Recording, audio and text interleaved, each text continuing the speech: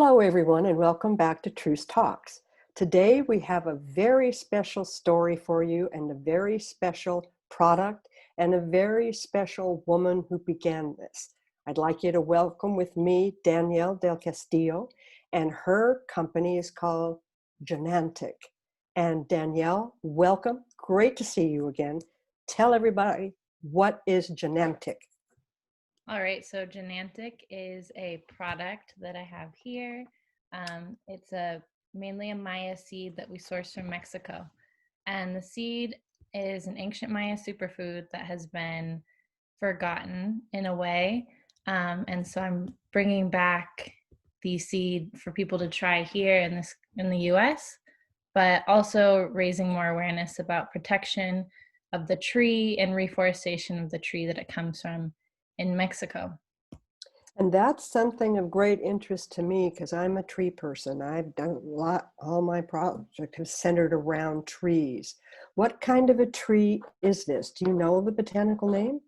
Yes, it's Brosimum alicastrum is a botanical name. So it's in the fig family, but the trees are Ah, about 150 feet tall. They're very tall, majestic, beautiful trees, and they grow wild throughout tropical regions. So the region that we get from, it grows off of a creek that goes through the region. And so it lives off the groundwater. So no one is watering it, no one is farming it. It's all, non-GMO as it can get, beyond organic and wild.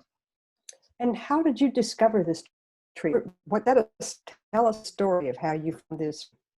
Okay, so my husband is from Mexico, and I was living there for quite a while. And soon after having our first child, this was a little over 8 years ago, we were visiting with his great grandmother. And, she got to meet the baby, and she saw that I was very tired and struggling to nurse him, which I was very determined to breastfeed, and it was a struggle for me. And I was just so tired, and I was a young mom and just feeling overwhelmed by it all. Mhm. And she could see that, and she recommended the Maya seed to drink. And so my mother-in-law got some for me, made me a cup that night, and I drank it and instantly just felt this grounded feeling that it calmed me down, my nervous system, and it also helped me with milk production. I felt like a full feeling that I hadn't felt before, and so I just started drinking it every day while I was there, and brought some back to the US with me. And I was able to nurse my child for over a year. And then I had the Maya seed every day with my second pregnancy, third pregnancy, and while nursing. And so when my second child was born, it was like day and night. I was with so much milk, and also just had so much more energy and felt more grounded. I would definitely, maybe it was just because I was a second time mom, but I felt much more grounded throughout the whole process, throughout birth, everything. So um, I think that's something, our slogan is bring your body back into balance and also change the way you energize. And so, since the seed is roasted and ground and it tastes a lot like coffee, um, but it's something that is the opposite of that. It's alkalizing to your body instead of acidic. It's grounding, it's healing to your nervous system, it's healing to the gut. It's high in prebiotic fiber and antioxidants and all sorts of good stuff. So, being a health coach myself, and being into holistic health and all that it is, I was really resonated with the seed.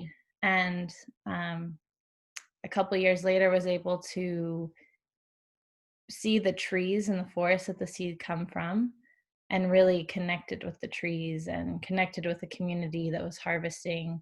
And I wasn't trying to start a business, but it just organically happened. And the fact that I felt like this was a community and a project, the reforestation, the protection of the trees, it's something I really wanted to support. That's how Jnantik started. And your husband at that time was working on his master's thesis, and Mm-hmm. he was looking at sustainable solutions for the community that you were harvesting the tree in. So Yeah. that's kind of a nice dovetail right there, Mm-hmm. where you were able to bring a product out that they could then harvest and nurture and preserve. Right. Is that Yeah. how it worked? Yeah. So his master's thesis was around sustainability with farmers in general, but it was Mm-hmm. the project was so it was based on taking data with drone statistics and seeing how many trees were in the region, and then finding out how Ah, many seeds that the tree would be able to produce that year. So finding the yield. And so this is helpful for all sorts of farmers who are dealing with drought, who are dealing with different issues of not knowing,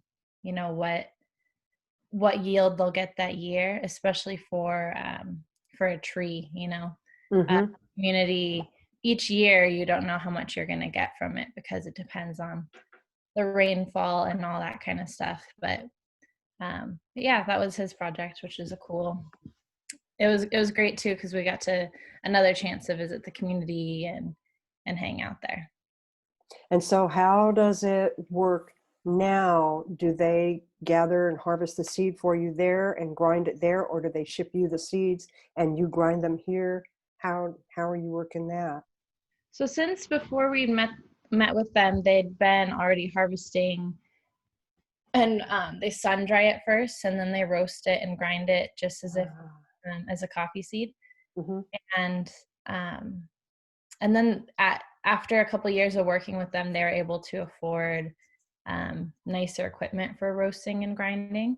And so, yeah, everything is done there for now. We have a vision of at some point roasting and grinding it ourselves so we can have more control over, um, some people want to even buy the seed whole from us and roast it and grind it at their own roasters. And so, yeah, that's something we're looking at some point as well. does it cause you any problems? I don't know anything about crossing borders with something like a seed. Is that a fairly smooth process? Yeah, there was so much to learn about importing when I we did, bet. and yeah, so I mean, going into this whole process, I didn't study business and didn't study any of this, so it was just a learning process for my husband and I, and making a lot of phone calls, a lot of investigation. But yeah, we figured it out, and FDA has to approve what you're bringing in. So there's just a lot of paperwork and a lot of, sometimes they want to hold it at the border and test a batch and make sure everything is clean and all that. So Mm-hmm. yeah, but it gets to us. The last time I was on your website again today, Mhm. and you have added so many dimensions to Mhm. it. When we first met, it was the coffee alternative. That was what it was. Right. Now, I mean, I was looking at it, and you've got tea, you Mhm. have got the coffee alternative with cinnamon, with mocha, Mhm. and you're on Amazon, and you are doing really well. This is really exciting. Yeah, it is. We're just, taking baby steps, growing little by little. That's the way to grow. Yeah. That's the way to grow. Yeah. So you're looking for, last time we talked a few weeks back, you're looking for warehouse space, production space. How's Yeah. that going? Good. So we've got space for everything right now, and we have a kitchen in Old Town Scottsdale that we work with, and yeah, it's a family production right now, and we've got friends and family working with us right now, so it's really tight knit and awesome that way. You've built a community. Yeah. That's fantastic. So you are available. I know you and I met at Pomegranate Cafe in Mhm. Chandler with Cassie Tolman. Yeah. And yeah, I know that you have grown beyond that. You are in any local markets currently? Yeah, we're at Uptown Farmers Market, and Excellent. um and then in terms of markets, yeah, we're um Healthy Habit, Tempe Farmers Market, Hmm. Chocolate Tree in Sedona, which I really love. And then I love that Pomegranate added on their own cafe, their own market to their cafe. Yes, I do too. I think that's very smart of her to do that. Yeah. Yeah. Yeah. Well, where do you see yourself going? What's been the impact of this pandemic on you and on your family? First of all, is everyone all right? Is everyone safe? Are the kids okay? Oh yeah, they've just been home with me all day. They're good. How's that going? It's good. I homeschooled for the majority of their childhood anyway. This last year they were in school, and my toddler was just 2 days a week, and so it was definitely an abrupt change for them, Hmm. friends and all that kind of stuff. But it's three of them, so they all hang out with each other and you know get to play with each other. So yeah, it's busy, but it's good. I like And being with them. and so how what are you looking at going forward? What are your goals? You were going to go to the expo this year, the Natural Product Expo West in Anaheim, hugest natural product show in the world, and you Right. were all set to go, and it was canceled. Yep, I showed up to LA, and about an hour later got the email that it was canceled. And luckily we were very low key with that expo. So my husband was going to drive everything there and meet me, and then he stayed in Phoenix, and I stayed with some friends and kind of went around to vendors in LA and made the most of it there. But Mhm. I'm a very go with the flow person. So I was able to just kind of be like, okay, well, that didn't need to happen. Mhm. On to the next thing. And so, yeah, we really want to focus on online growth. Um, I think that's kind of where things are going anyway. Lots of online sales and figuring out the marketing around that is something that we're learning. Well, your website is really, really attractive now, and I recommend we'll have all this posted. But it's Jnantik, JNANTIK.com. It's Mm-hmm. easy. We'll post it at the end of this. But it's a beautiful website, tells the story, shows all the options. And I was just like, whoa, you've really grown. I'm really impressed and proud of you. Thank you. Yeah. Yeah. So what are you thinking of adding to this? Are you just going to stay with the Maya seed? Are you going to branch off into something else? I'm not sure. I think I'm just going to see how everything goes. I mean, I definitely love working with different superfoods, and I personally like to add mushrooms into my Jnantik. Mm. So reishi and chaga and things like that. And so I'd love to do a blend, different types of blends with that.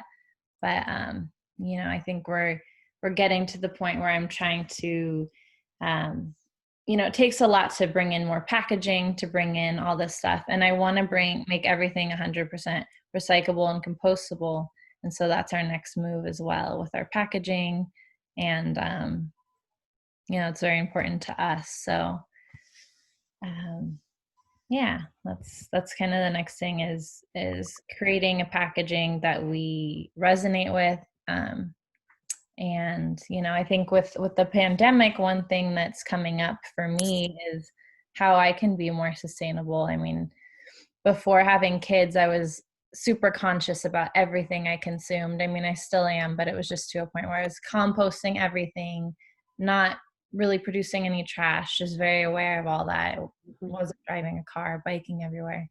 Um, and so just bringing that back in, you know, what is coming into my home and what is going out of my home, what is coming in and out in terms of business, and what kind of trash is being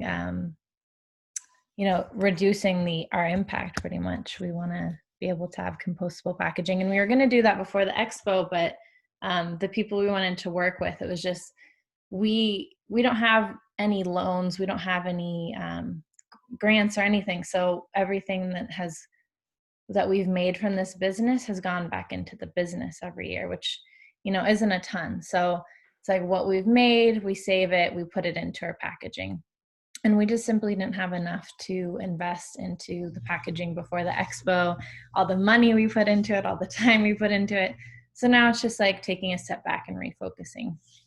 Which this sort of period of stillness has Mm-hmm. provided you, in a way, time to think about it and to pivot. I know that's worked for us. Yeah. You know, we're not, you've been to the warehouse and visited us, and we're really not there anymore. We're there with products and stuff, but Mm-hmm. the human component, the team, we're pretty dispersed now. We're working like this Yeah. because everybody, I mean, stay home. You know, Mm-hmm. we've kept everybody on staff, stay home, and this has been kind of cool. We've liked it. We've Yeah. really liked it. Yeah. I So, really like having to get into a car.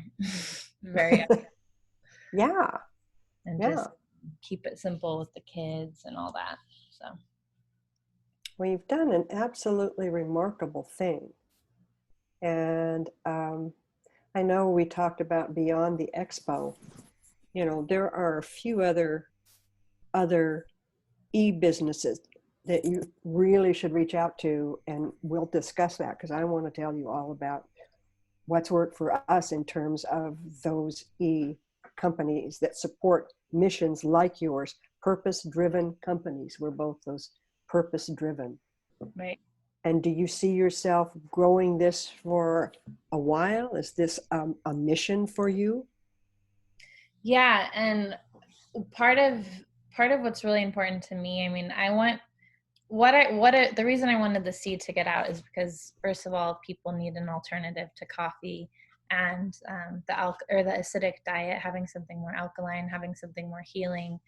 I know people that drink coffee every day have gut issues all the time and gastritis and all that, so this can help heal that. But also, it's high in magnesium. We talked about this before. Calcium, great for bone health. And then the fact that it helped me with milk production. That's something that any mother that I know that wants to be able to breastfeed but is struggling to produce, I want them to know that this is available. And then on the other end of where it's coming from in the community we work with, I really want to get more into that, like the reforestation projects, the protection projects. Husband's from Mexico. We love being in Mexico and would love to be, half and half, more time there, more time working on the projects there. Mm-hmm.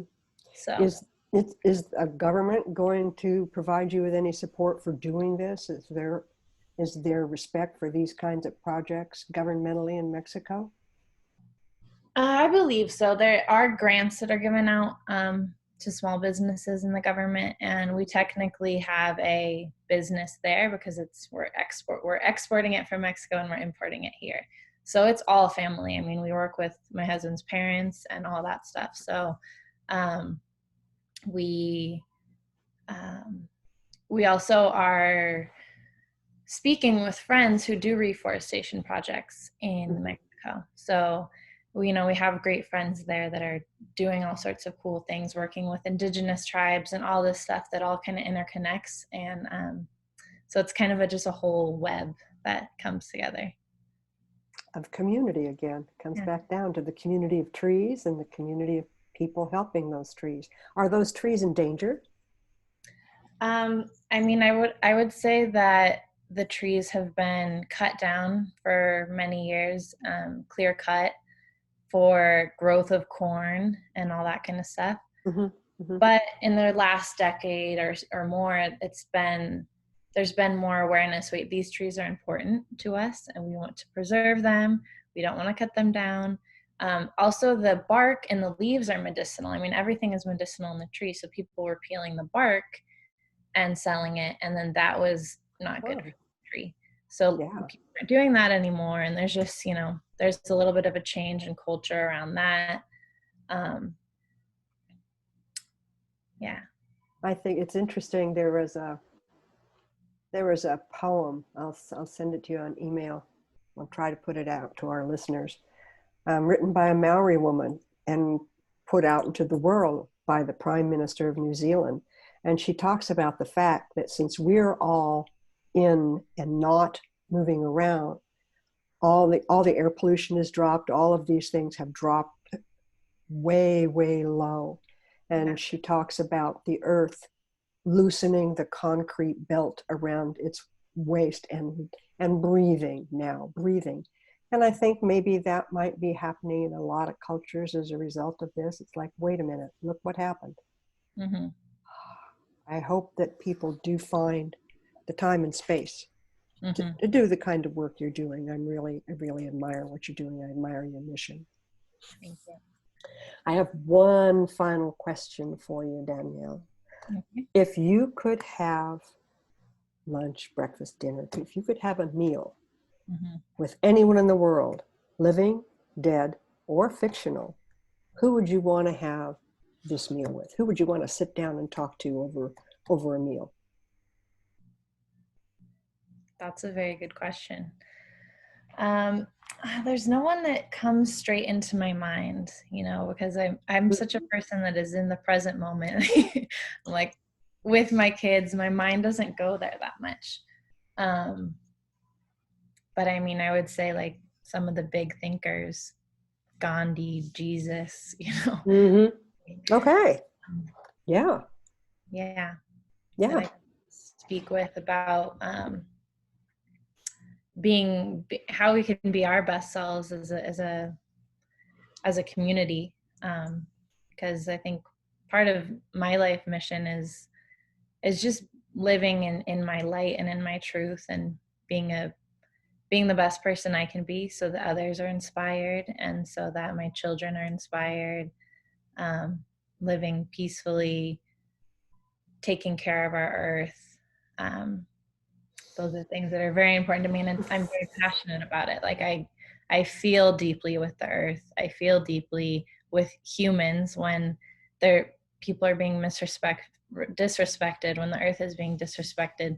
I feel very deeply, like I feel deeply for all beings. So yeah. Stay at peace, stay centered, wash your hands, give your kids my warmest regard, and we will stay in touch as we have been doing. Thank you so much for joining me. I appreciate it, Danielle. It's been a pleasure. And thank you for listening. We'll have Danielle's contact information posted for you about her fabulous product. If you have kids, if you're thinking of having kids, if you have any health issues, this sounds like something you should explore. Jnantik. We'll be back again with more fascinating people to talk to.